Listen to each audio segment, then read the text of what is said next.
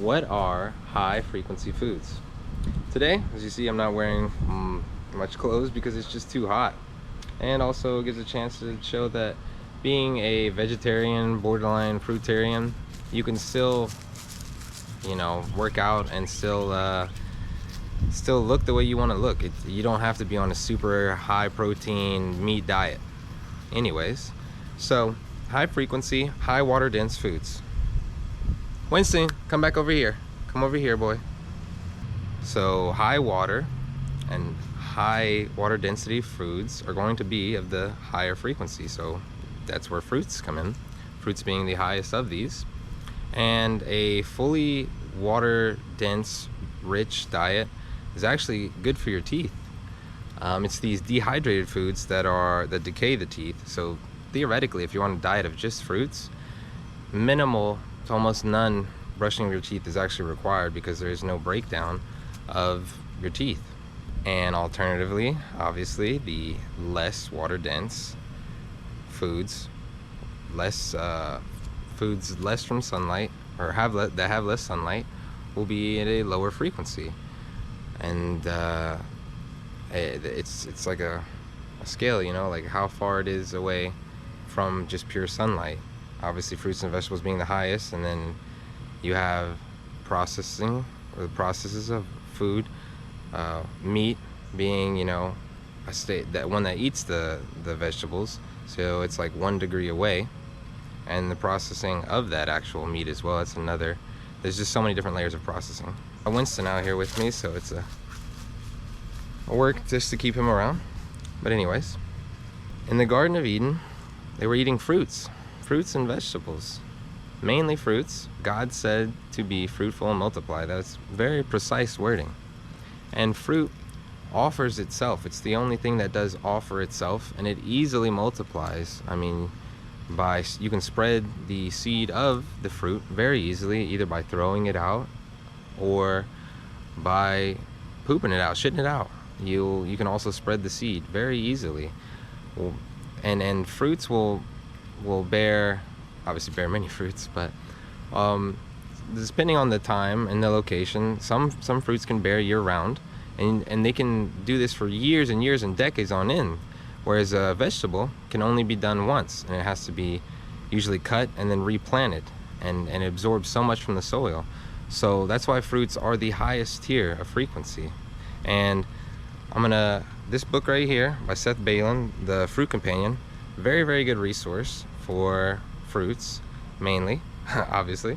And I'm going to read a little bit from this. I'm going to also give examples of the highest percentage fruits at the end of the book here, but I wanted to start with this right here in the back. It says, are humans frugivores? Are humans physiologically and biologically adapted to subsist off of primarily fruit? Consider the following. All of our senses confirm that fruit is premium food. Fruits are beautifully colored, perfectly sweet, they smell enticing, are easy to open, and are usually portion size. Sweet fruits are the only foods that do not require processing, seasoning, or combination to taste delicious. Except for some tender vegetables, all other food sources must be seasoned, cooked, and or combined to be appetizing. People don't eat steaks with nothing on them. They put salt, they put different stuff. You have to add things to the meat that you're eating. You don't have to do that with fruits. There's a reason for that. Fresh fruit provides all essential vitamins, minerals, amino acids, proteins, fats, carbohydrates, and hydration in proportions appropriate for the human body while causing minimal digestive burden. Fruits are abundant in the most important sugars, fructose and glucose. Glucose is the carbohydrate found in the human bloodstream that provides an immediate source of energy for the muscles and cells. Fructose does not require nor stimulate insulin production.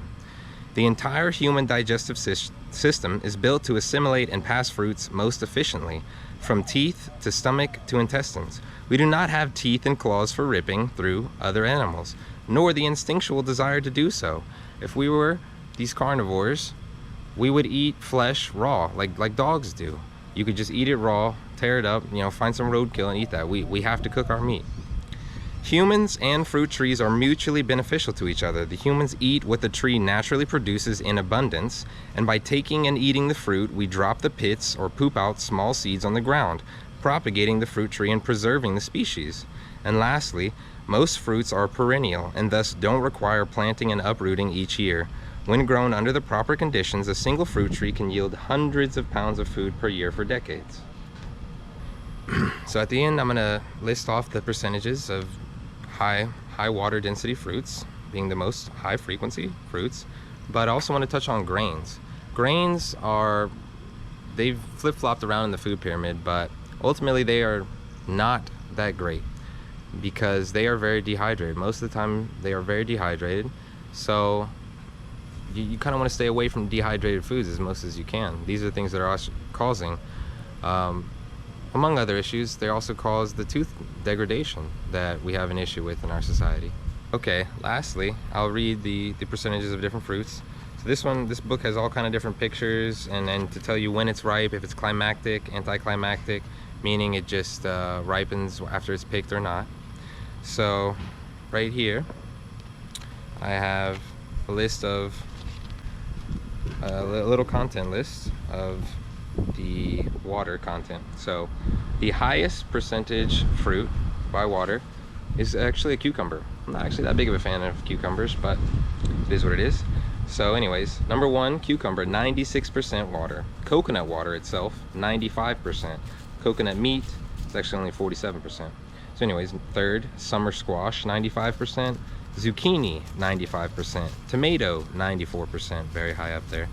Chayote, 93%. Honeydew, 93%. You find melons very high at this top, obviously, watermelon. Peppers, also very high, 92%. All peppers, very, very water dense. Peppers very good for you, many other reasons as well. Capsaicin. Cassava melon, 92. Well, lemon, just lemon itself, 92%. Watermelon, 92%. Gallia melon, 91%. Grapefruit, 91%. Starfruit, 91%. Strawberry, 91%. I'm actually going to be planting some strawberries very soon. Very excited to organically grow those. I mean, that's also something that's brought about in the book. It's, if you can grow, I mean, everyone knows that you would obviously choose your own grown because you know exactly what's going into it, the pesticides and stuff. So that's something to look towards as well. And it's not difficult to grow. You just have to know what to grow in the season. It's easy to search up. So in the fall, yeah, I'm gonna start growing some strawberries among some other things as well. Broccoli, some corn as well, garlic. Anyways, tomatillo, 91%. Canary melon, 90%. Cantaloupe, 90%. Muskmelon, 90%. Hammy melon, 89%. Asian pear, 88%. Blackberry, 88%. Lime, 88%. Skip a couple. Peach, 88%. Cranberry, 87%. Dragon fruit, 87%. Orange, 87%. Pineapple, 87%. Raspberry, 86%. Apple, 85%. Kiwi, 85%. Blueberry, 84%. Grapes, only 82%. Ground cherry, 81%. Olive, 80%. And then as you start getting to the fatty fruits, avocado, 74 to 79%. Pretty low on this list, banana. People love bananas. Bananas are only 74% water density. Bananas, definitely overhyped. Not the biggest fan of bananas. They are not that water dense. So that was kind of a short list, and like I said, I recommend this book, this little pocket-sized book, The Fruit Companion, just for a quick glance of how to tell what ripe fruits are and to have a percentages of them. I mean, I guess you could look it up yourself, same thing. And these are going to be your these are the highest frequency of foods. Fruits, highest frequency, and then fruits, vegetables, probably grains, and then all dead flesh, you know, meat, chicken, all that stuff, completely dead. Fruits completely alive. And these are things you're going to want to start by incorporating into your diet if you can. You have to go all the way, but you know, start adding them in. Maybe once a day have fruit, and then you'll start to crave it a bit more, and it'll feel right. I mean, you wouldn't be at this channel, you wouldn't be watching this video if you wouldn't have at least considered changing your diet and bettering yourself. So I recommend implementing more fruits, vegetables if you can, but fruits are really just the best overall, highest frequency. These are high frequency foods, the whole topic of this video. And Add those to your diet, and it all comes back to water. Once again, the water is most important. These are the most high density water fruits and most subject to sunlight. Sunlight being the one that creates all. Sun opposite the moon. The moon petrifies, the sun heals. You need them both, but when we're talking about healing here, the sun can do that, and the sun is what's affecting these fruits as they affect everything. But these sunlight rich fruits, they need to be sunlight rich and full of water, and you are what you eat. So eating these high frequency foods will help to progressively increase your frequency as well. And it's just it's a journey. Like the journey is the destination. Okay, there is no destination. These people scramble so hard to get this life, work super hard to retire, or to get to this certain point, and then what? We are eternal beings. Well, what is the rush? The journey is the destination. It's about now. It's about the present. So emphasize the present. Focus more on the journey, and that's where the amazing things will start to unfold. A simple saying that you can take is, I am who I am, and that is enough. Say that a couple times every day, maybe morning, maybe before bed. You know, it's important that you know that you are enough. We are enough. We are perfect. So not in the sense of this woke sense of if you're super overweight, you're perfect. We are limitless creations. We are the creators. So we are perfect in that sense. And as long as you are pursuing health, then that is the perfect objective. So anyways, that's all I want to talk about today. Catch you guys in the next one.